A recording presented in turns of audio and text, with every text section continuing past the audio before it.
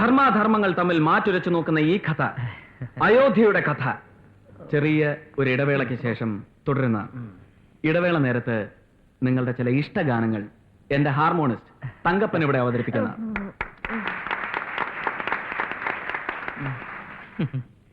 ക്ഷമിക്കണം, കാഥികന് തെറ്റിപ്പോയതാണ്.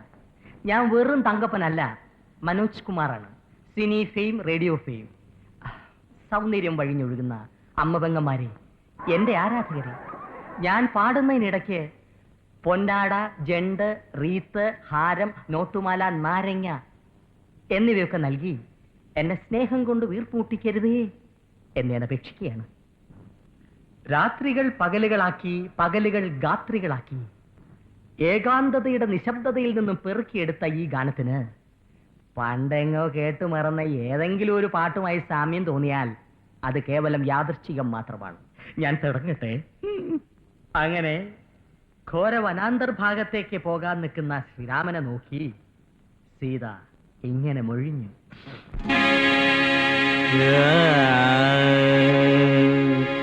രാമ ശ്രീരാമ കൂടെ വരുന്നു ഞാൻ, നീ പോവും വഴിയെല്ലാം ഈ സീത വരും കൂടെ.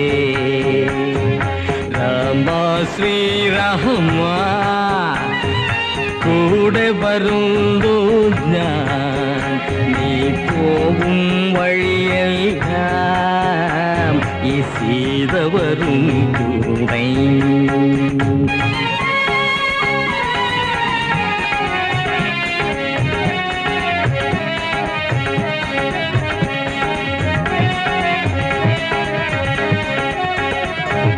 കുളിരുള്ള പൂമ്പുഴയിൽ കുളിക്കാലോ, കുളിരുള്ള പൂമ്പുഴയിൽ കുളിക്കാലോ, കിളിയുള്ള മരച്ചോട്ടിൽ കളിക്കാലോ. കുളിരുള്ള പൂമ്പുഴയിൽ കുളിക്കാലോ, കിളിയുള്ള മരച്ചോട്ടിൽ കളിക്കാലോ. കാറ്റത്തു ചക്കര മാമ്പഴം പൊഴിയുമ്പോൾ ഇഷ്ടം പോലെടുത്തങ്ങ് തിന്നാലോ. രാമ ശ്രീരാമ കൂടെ വരുന്നു ഞാൻ, ഈ പോവും വഴിയെല്ലാം ഈ സീത വരും കൂടെ, ഈ സീത വരും കൂടെ, ഈ സീത വരും കൂടെ.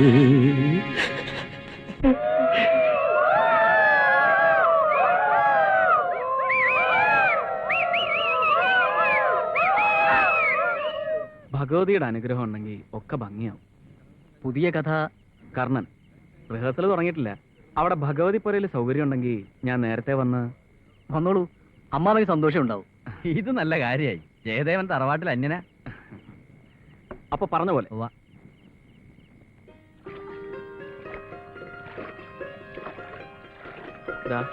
ആ കാണുന്നതിനും അപ്പുറമാണ് ഞാൻ ജനിച്ചു വളർന്ന ഗ്രാമം. ഇതിലേ വരുമ്പോഴൊക്കെ ശരിക്കും ബാല്യത്തിലേക്ക് തിരിച്ചെത്തിയ പോലെ. അതേ പുഴയും ആ കാറ്റും, ഒരു പാലം പോലും ഇല്ല ഇന്നും. ഒരു കലാകാരനെ മാടി മാടി വിളിക്കുന്ന മനോഹരമായ ഭൂപ്രദേശം. പുഴകൾ, മലകൾ, പൂവനങ്ങൾ, ഭൂമിക്ക് കിട്ടിയ സ്ത്രീധനങ്ങൾ. നമ്മുടെ വാൻകാരന് ശരിക്കും വഴി പറഞ്ഞു കൊടുത്തിട്ടുണ്ടല്ലോ. 10-32 കിലോമീറ്റർ ചുറ്റിക്കറങ്ങി വരണ്ട. തങ്കപ്പാ, മേക്കമാൻ സമയത്ത് എത്തുവോ? ഞാൻ ജയദേവൻ സാറിനോട് വീണ്ടും വീണ്ടും കേണപേക്ഷിക്കുകയാണ്, വീണ്ടും വീണ്ടും എന്നെ തങ്കപ്പനാക്കരുതെന്ന്. ഞാൻ ആ നാമധേയം എന്നേ മറന്നു കഴിഞ്ഞു. ഇപ്പൊ ഞാൻ മനോജ് കുമാറാണ്, സിനി ഫെയിം, ഫിലിം സ്റ്റാർ. എന്തോന്ന് സിനി ഫെയിം? ഏത് സിനിമയിൽ അഭിനയിച്ചാ താൻ ഇത്രയും വലിയ ഫെയിം ഒക്കെ ഉണ്ടാക്കിയത്? എന്റെ തിരുപ്പാണ്ടിക്കാട് തിരുടറുകൾ എന്ന സിനിമ കണ്ടിട്ടുള്ള ഒരു തെണ്ടിയും എന്നോട് ഈ ചോദ്യം ചോദിക്കില്ല. ഞാനായിരുന്നു ഈ സെക്കൻഡ് ഹീറോ. എന്റെ അഭിനയം കണ്ട് ഹീറോ ഞെട്ടി. ഫലം ഞാൻ അഭിനയിച്ച 16 റീല് വെട്ടി ആറ്റി തട്ടി ആ ദുഷ്ടരായ ഡയറക്ടർ. പക്ഷേ ഞാനത് ഈ പഴത്തൊലി ചവിട്ടി കമിഴ്ന്നടിച്ച് വീഴുന്ന ഒരു സീൻ ഒഴിച്ച് അത് മതിയല്ലോ ഭാവനാസമ്പന്നനായി കലാകാരനെ.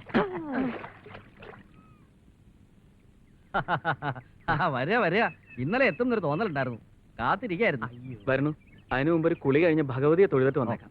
ഞാനിപ്പോ ഇവരുടെ സാധനങ്ങളൊക്കെ വെക്കാൻ ഏർപ്പാടുണ്ടാക്കാം. ആയിക്കോട്ടെ. വിശ്വേട്ടനും പോകണം. വടക്കുംപുറത്തെ കാരണവരാണല്ലേ? കാര്യസ്ഥന. അയ്യോ, കാര്യസ്ഥൻ ഇത്രയായപ്പം കാരണവർ എന്തോ ആയിരിക്കും. ഹാർമോണിയെ പെട്ടി എടുത്തപ്പോ ഞാൻ വിചാരിച്ച കാരണവരാണെന്ന്. അയ്യോ കഷ്ടം. കാര്യസ്ഥനായാലും കുഴപ്പമില്ല. കേരളത്തിലെയും കോടമ്പക്കത്തിലെയും വലിയ വലിയ കാര്യസ്ഥന്മാർ എന്റെ പെട്ടി എടുത്തിട്ടുണ്ട്, ഞാൻ പെട്ടി കൊടുത്തിട്ടുമുണ്ട്. കേരളത്തിൽ ഇന്ന് ജീവിച്ചിരിക്കുന്ന ഏറ്റവും വലിയ കാര്യസ്ഥൻ ഞാനാ. 139 കിലോ 450 ഗ്രാം. ആണോ? അത്രയും മാംസം ശരീരത്തിലുണ്ട് ഞാൻ വിശ്വസിച്ചിരിക്കുന്നു. എന്നെ താഴെ ഇറക്കി വിശ്വസിച്ചിരിക്കുന്നു. ഭഗവതി എല്ലാം മംഗളമാക്കണേ.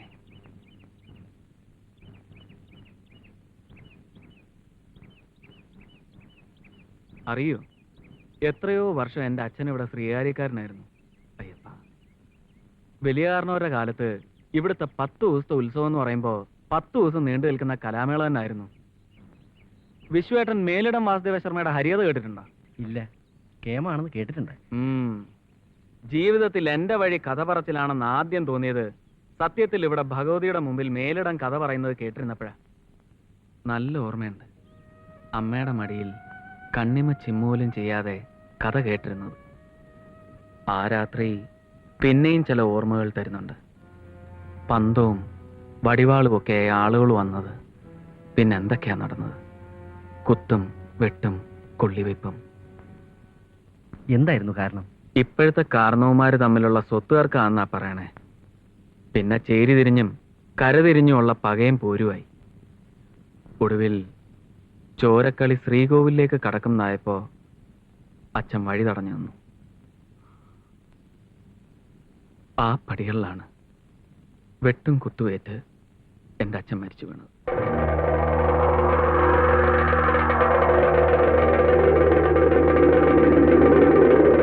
ഒക്കെ ഒരു ദൈവനിശ്ചയമാണ് ചെയ്തത്. പണ്ടെങ്ങോ മുടങ്ങിയ ഉത്സവം വീണ്ടും തുടങ്ങിയപ്പോൾ ജയദേവൻ തന്നെ കഥ പറയാൻ വരിക, അത് പിന്നെ ഒരു പതിവാകുക. ഭാഗ്യമാണ്, സന്തോഷമുണ്ട്.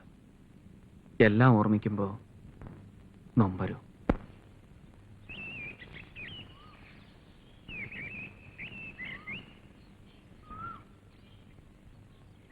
ആരുമില്ലേ? ആഹാ, അച്ഛൻ പറയണ്ടായി ജയേട്ടൻ ഇന്ന് എത്തുന്നു. ശാലിനി ഉത്സവത്തിന് വന്നതാവും. ഓ, ഉത്സവത്തിന് എത്തിയതന്നെ, പക്ഷെ ഇത്തവണയല്ല, കഴിഞ്ഞവണ. പിന്നെ പോയില്ല. ഞാൻ ഇത്തവണ വരുമ്പോഴെങ്കിലും ശാലിനി ഭർത്താവും കുട്ടിയും ഒത്ത് സ്വരൂപോടെ കഴിയുന്നത് കാണാമെന്ന് വിചാരിച്ചതാ. അതിപ്പോ ഞാനൊരാൾ മാത്രം വിചാരിച്ചിട്ട് കാര്യമില്ലല്ലോ. വരച്ച വരയിൽ നിക്കണ വെച്ചാ എന്നിട്ട് കിട്ടിയില്ല, നിശ്ചയം. ഈ സ്ത്രീ സ്വാതന്ത്ര്യം എന്നൊക്കെ പറയുന്നത് ശരിയാണ്, രസമാണ് കേൾക്കാൻ. എന്നാലും നമ്മുടെ നാട്ടില് ഒരുവിധമുള്ള സ്ത്രീകളൊക്കെ ഭർത്താവുമായി കഴിയുന്നത്ര ഇണങ്ങി എല്ലാം അങ്ങ് മിണ്ടാണ്ട് അനുസരിക്കാന്നല്ല, ഒരു ഒത്തൊരുമയോടെ. അല്ല, അതാ അതിൻ്റെ ഒരു ഭംഗിയുമേ. ഞാൻ പറയുന്നത്, ഒരു കുട്ടിയൊക്കെ ആയില്ലേ, ഭർത്താവുമായി ശാലിനി കഴിയുന്നത്ര ഒന്ന് അഡ്ജസ്റ്റ് ചെയ്ത്. എന്ത് അഡ്ജസ്റ്റ് ചെയ്യാൻ? അങ്ങോരൊരു പോങ്ങനാണെന്നേ. അല്ല, ഉറപ്പ്.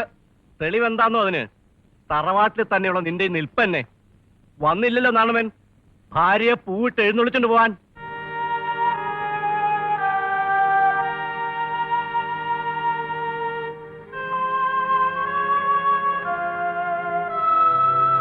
വരിക. അറിയോ ജയദേവന്, നാരായണവൻ ഒടുവിൽ പോകുമ്പോ ഇവളോട് പറഞ്ഞു എന്താണെന്ന്?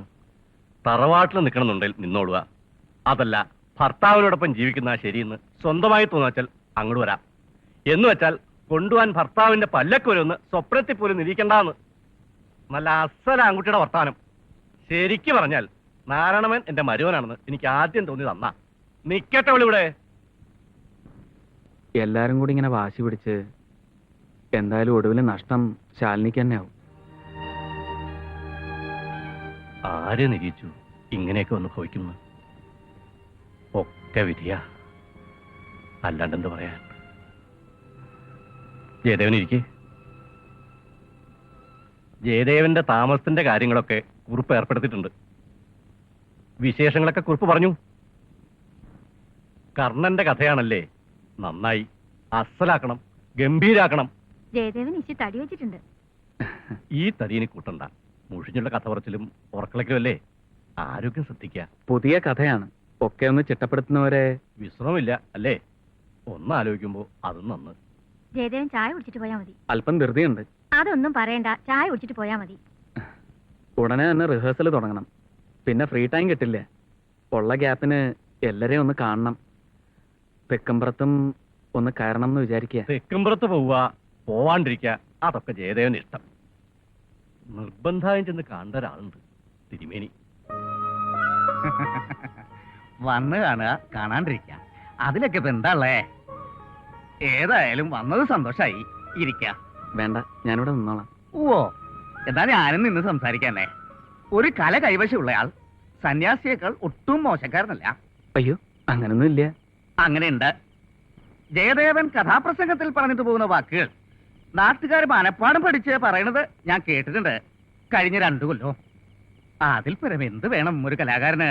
എന്നാലും മനസ്സിനൊരു സന്തോഷവും ഇല്ല തിരുമേനി. ഇതിപ്പോ ഒരു പക്ഷക്കാരുടെ വാശിക്ക് എന്റെ കലാപരിപാടി മേളം പകരുന്ന അവസ്ഥയാണ്. എനിക്കാണെങ്കിൽ തിരുമേനി കാര്യമായി ഒന്ന് വിചാരിച്ചാൽ തീരാവുന്നതേ ഉള്ളൂ. ഇതൊക്കെ വിചാരിക്കാഞ്ഞിട്ടല്ല, ശ്രമിക്കാഞ്ഞിട്ടുമല്ല. പക്ഷെ ഫലമെന്ത്? കുറെ കാലമായി ഞാൻ ആലോചിക്കുന്നു. തെക്കുംപുറത്തെയും വടക്കുംപുറത്തെയും എല്ലാവരുമായി ഇതേപ്പറ്റി ഒന്ന് സംസാരിക്കണമെന്ന്.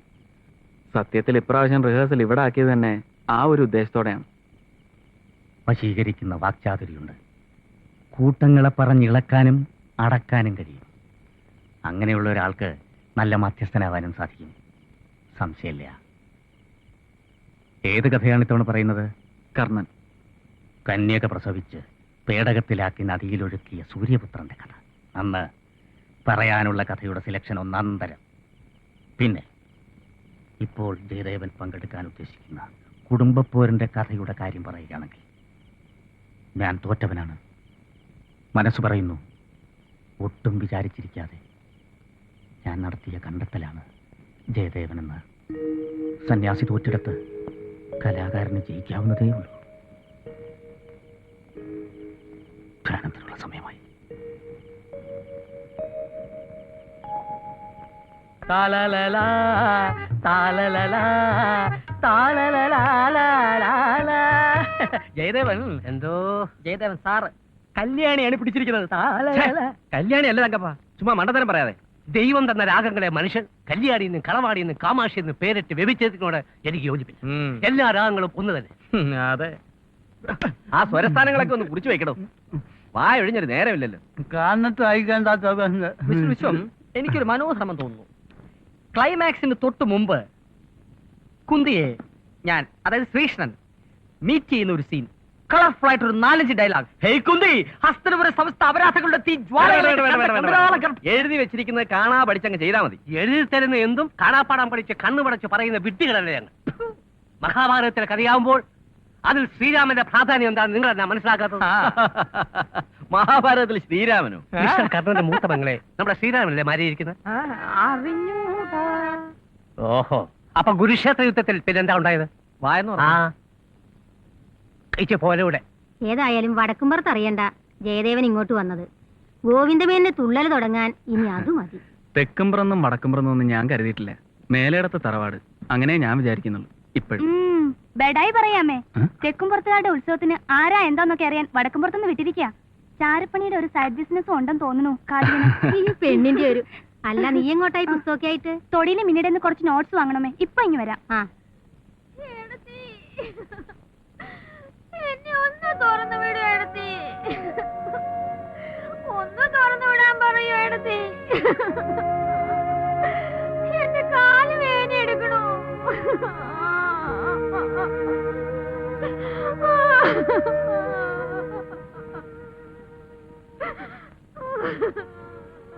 ശ്രീദേവികളമ്മയുടെ അസുഖമൊക്കെ അങ്ങനെ കിടക്കുന്നു. ശാപം കിട്ടിയെന്ന് പറഞ്ഞാ മതിയല്ലോ.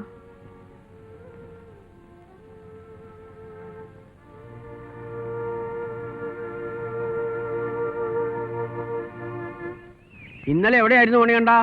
പാപ്പരക്കൽ അമ്പലത്തിൽ. ആ, ചെക്കന് ക്ഷീണാണല്ലോ. എന്താ ഒന്നും കൊടുക്കാറില്ലേ? നാടുകാർ വരുമ്പോഴേ എന്നെ ഒന്ന് കാണാൻ പറയും.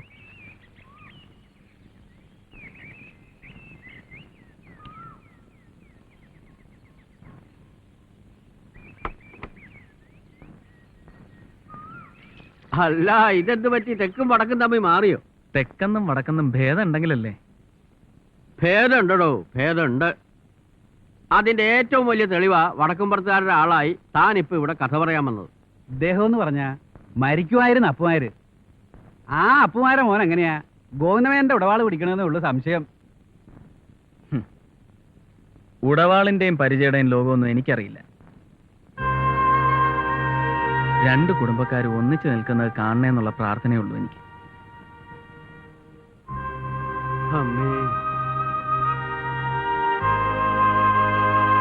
ഒത്തുതീർപ്പിന്റെ ഒരുമിപ്പിന്റെ ഒന്നും കാര്യം ആലോചിക്കേ വേണ്ടാത്ത അവസ്ഥയാണ്.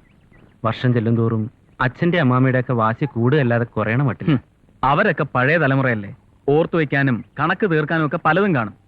പുതിയ തലമുറയും അവരുടെ പുറകെ പോരുതെന്നാണ് ഞാൻ പറയുന്നത്. ഒക്കെ അറിയാഞ്ഞിട്ടല്ല, പക്ഷേ വടക്കുംപുറത്തുള്ളവരുടെ ഗർവ് എന്താന്നാ കരുതിയത്? മൊട്ടും ഭാവവും ഒക്കെ കാണുമ്പോ അച്ഛന്റെ അമ്മാമ്മയുടെ പക്ഷത്താ ശരിയെന്ന് തോന്നും. ക്ഷേത്രകുളത്തിന്റെ ഒരു കിടപ്പ് കണ്ടില്ലേ, 10-20 വർഷമായി. ലഹളക്കാലത്ത് ദേവപ്രശ്നത്തിൽ തെളിഞ്ഞതല്ലേ ക്ഷേത്രക്കുളം ഇനി ആരും തൊടാൻ പാടില്ലാന്ന്. ദേവിക്ക് സമർപ്പിച്ചിരിക്കുന്നു. ദേവി പുലർത്തുക നശിപ്പിക്കുക ചെയ്യട്ടെ, അല്ലേ?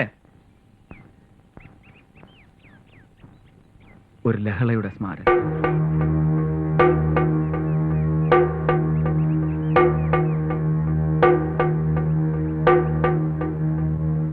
എങ്ങനെയാ ഒന്നാവുക? കാരണവന്മാരെ കാണുന്നിടത്ത് വെച്ചൊക്കെ കഴിച്ചുകൊണ്ടല്ലോ ഓരോന്ന് വിളിച്ചു പറയലോ അല്ലേ?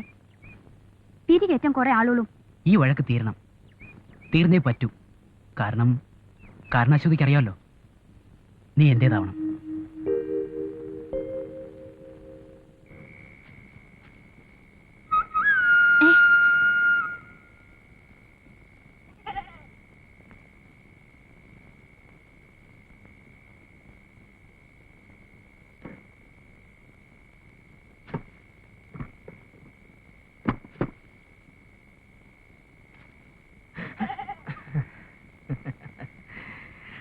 കല്യാണി അമ്മയുടെ കുട്ടി, കല്യാണം കഴിക്കാത്ത കുട്ടി അമ്മിണിക്കുട്ടി, കൂടെ ഒരാട്ടിൻകുട്ടി.